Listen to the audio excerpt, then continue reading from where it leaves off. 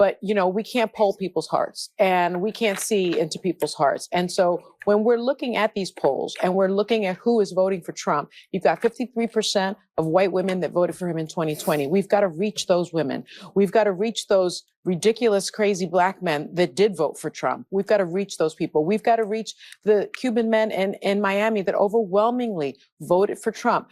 I don't know what their hearts look like, but I know what their votes look like. But I'm not talking just, I'm not speaking to people's hearts, and I am sunshine and rainbows, but I'm not Pollyanna in this world. What I'm speaking to is when you resonate with someone's heart, and Kamala has a good heart. Alyssa and I were speaking after she was here, and one thing Alyssa finished with is, regardless of how someone answers the questions or how they perform or how they navigate it, her empathy resonates. She is a good person at the end of the day. So what I'm saying is I do trust the good in humanity in how they vote. When you look at stop putting on black and white policy and paper. Like, what does this stand? I'm just going to read it how Javon A. Price on X wrote it. The talented 10th rhetoric strikes again. Calling black men who plan to vote for Trump ridiculous and crazy is exactly why the Democrat Party is struggling now. And I was pointing at myself like, you're trying to reach somebody like myself, but I'm ridiculous and crazy. Like, name calling is forever going to continue, in terms of the Democrats' response to black men or people who vote for Donald Trump in general. They're gonna paint you as a lunatic and say that you're aiding the threat to democracy, which is not true. The Cartier family actually responded to this by saying the gaslighting and name calling never stops with them. It never does, honestly. It's really the only tactic that they have. Or would they really condemn him on policy? At the end of the day, they're going to find themselves agreeing with more than they disagree with if they can push their TDS aside. But somebody said that she's a tool of the DNC. And obviously, when I watch The View, I'm not at all surprised or at all removing that notion from being true. Sometimes you got no words for these type of things, and it's one of the moments for me. I really don't know. Keep it up, Democrats. I don't know what else to tell you besides, hey, keep going. You making this real easy. Because we're gonna show you in black entertainment media, black people are shifting their focus or their votes towards Donald Trump, and they can't take it. This is Noriega on Drink Champs, and he just keeping it real. Check it out. You vote for Trump. I love Trump. You gotta listen. He's his truth. Are you crazy? I'm gonna give it to you in this sense, right? Besides him being from New York, being a New Yorker, understanding another New York mentality, right? One. Besides that, he let out of jail. I know 5 that my man Law, shout out my nigga Law. He has 7 years left. 7. He in a box. He say he in a box. His counselor, they bring his counselor, their counselor say, yo, you go home without him. He like, yo, stop playing with me. Stop playing with me. You like, no, you go home without him. We process you. Thank Trump. And I know many other niggas out of jail. These letting in, got in jail for 3 strike laws. You go, yeah. You do the, both of them, 3 strike laws, they hung their head on. Yeah. They in jail for life. Yeah. Bro, I just had my man. There was a Trump rally out in Long Island. I had my man Jamar Milton go on behalf of the God Pod with Lord Jamar on YouTube. He said it was packed as fuck. He said, as a black man, he felt no racism whatsoever out there. They actually brought him in type of shit. You know what I mean? Like he felt welcomed to be there by the people that was there. Who he didn't feel welcomed by were the demonstrators that were against Trump. They were the ones looking at him like, oh, what are you doing over there? And he didn't have any Trump regalia or anything like that. He was just there to do interviews, just to say, why are you voting for Trump? Why are you voting for Kamala? And he was being harassed by what we have now termed as radical Democrats, okay? Because there are radical Democrats out there. What do you think that was who tried to assassinate Trump? Those are radical Democrats. Y'all are acting like the Republicans are the ones with the guns and all that. But radical Democrats have now twice tried to kill this. A black man talking about, well, another black man's experience at a Trump rally. But, man, I imagine that everybody whom, if you watch like Liberty, what was it? Liberty Takeout? I can't remember, something like that, something Liberty, where she goes and she interviews a lot of different people. You have people like Sav Says, who does this, and so many other creators who had the opportunity to interview a black man going into a Trump rally for the first time and having a similar experience. Even before becoming a Trump supporter or level-headed, shall I say, I too was terrified of Trump supporters. I too thought that my life would be in danger just based on how the left-wing media's fear-mongering tactics, they were on par. They were perfect. You know what I'm saying? And yeah, it led me to believe that they would be my life would be somehow threatened. Little did I know that ain't the case. You know, if you look at what's happening on the left, that's where you feel the most static. That's where you feel the most uncomfortable, which is something that seems to be a trending topic when black men do go for the first time. Anyhow, moving on. What else do we got on the palette for the day? Donald Trump posted this actually on Truth Social. It says Truth Social Daily Post. He posted this at 6:04 p.m. Yesterday. It says, our great black population has had enough of the fake Democrats. They'll be voting for Trump and never go back to the treachery and deceit. Check it out. I really truly think that our government thinks that Americans are stupid.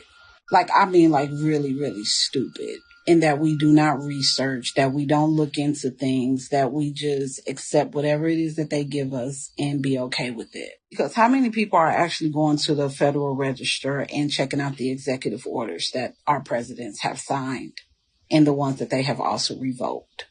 Because until today, I was under the impression that a lot of things that were signed as executive orders by Biden were his. And I was also not aware that a lot of executive orders that Trump signed when he was in office that really benefited our country, that benefited minorities, that benefited women, that benefited protection of our children and our border, were not only signed into law by him, but were revoked by Biden soon as he got in office. And I'm talking about as soon as January 20th.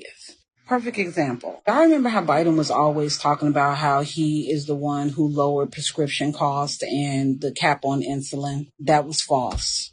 Trump did that first. Let me just make that clear. He also signed an executive order that we have something called safe policing for safe Americans that was not only supposed to make sure that the police were doing their fucking job, but that they were held accountable if they were doing more than they were supposed to do when it comes to, racially profiling people, abusing their powers as police officers, that they were held accountable if they did those things. He revoked that law. He revoked it. There was also my favorite one, which was about gender and racial stereotyping. He signed that and he revoked it, which is probably how we ended up getting the DEI, because this damn near really kind of the same thing. The only difference with DEI is it includes gender fluidity. I literally sat there and watched how this man pretty much took and revoked a majority of the things that Trump put into place. He revoked. And then when you go to his executive orders, he takes something similar, only rename it, but it be the same. And he claim it as his own that he signed into law. This is wild. Y'all got to check it out. Prepare yourself. I just wanted to get a black woman's perspective on the Democrats included in this video as well. I ain't want to, leave that out at all. Wanted to make sure everybody had a little voice. And you know what I mean? You feel, you know what I'm saying? But I want to bring us back to the Lord Jamar interview. And I'll read the caption that Robbie Starbuck posted with it. Want to know why so many black men are now voting for Trump? It's as simple as this video where this guy absolutely cooks Kamala and explains why Trump is the president we need. Check it out. Trump is always Trump. I don't give a if you like him or not, he's always him.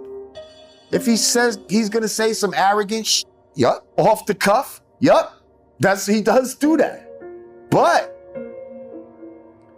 this motherfucker's a smart businessman. And I hate the people that say, oh, he's been bankrupt this many times.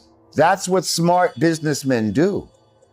First of all, all companies are not made to last. Some companies are made to be disposable. But y'all don't know that because you're not business people like that. You don't know, first of all, and people that are successful, you know how many failures they've had in order to be successful? Like, all your failures prep you for your success. Like, how are you gonna say this man's a failure and he became the president of the fucking United States after having bankruptcies and all this type of shit? Like, no, that's what I call resilience, okay? That's what I call resiliency. Somebody that doesn't take no for an answer, despite seeming like the cloud is over you, they still find a silver lining and know how to spin that shit in order to bounce back like a fucking G. That's the type of fucking we need in a fucking leader of this fucking country. Not this cackling broad who's gonna fucking laugh, at the wrong fucking shit or something is visibly, she has no poker face. Like she'd be in there with heads of state and be a meeting, just like a dilly broad would do. I'm sorry, girls like her might be fun to knock off and shit like that, but as far as leading some shit, she can't lead nothing for me. She can't lead, I wouldn't let her lead the blind. Like, I'm not fucking with her. How you feel about her saying that she washes her collard greens in a bathtub? This is her, again, being disingenuous. First of all, black people don't wash no damn greens in no tub. You dirty ass dog. How unsanitary are you to be washing collard greens in a tub and thinking that makes you more relatable? See, that's how out of touch she is, how stupid she is. She thought she was giving a relatable story to make her seem black. Oh yeah. Oh, they want me to cook their collard greens. They bring me all their collard greens in the neighborhood. I had so many greens, I had to wash them in the tub. Just like she was you better thank a union member. You better thank a union member. She talking all black, but then when she get in front of the Spanish people, they said, I love you, Kamala. She said, I love you too. I love you too. Then when she gets in front of the white people, you better thank a union member for everything that you have because, union members are very, they're part of the economy. Like, who are you? Who are you? You see, Democrats love to control people. They love having control, which is why it has always been the party that has been seen as the party of slavery, so to speak, throughout history, up until today. Excuse me, just a different kind of slavery. Propaganda, gaslighting, left-wing media, all of these fake movements, worst kind of slavery though. Political slavery. Fortunately, Black America, we're beginning to see the Democrats for who they truly are. And I couldn't be more proud.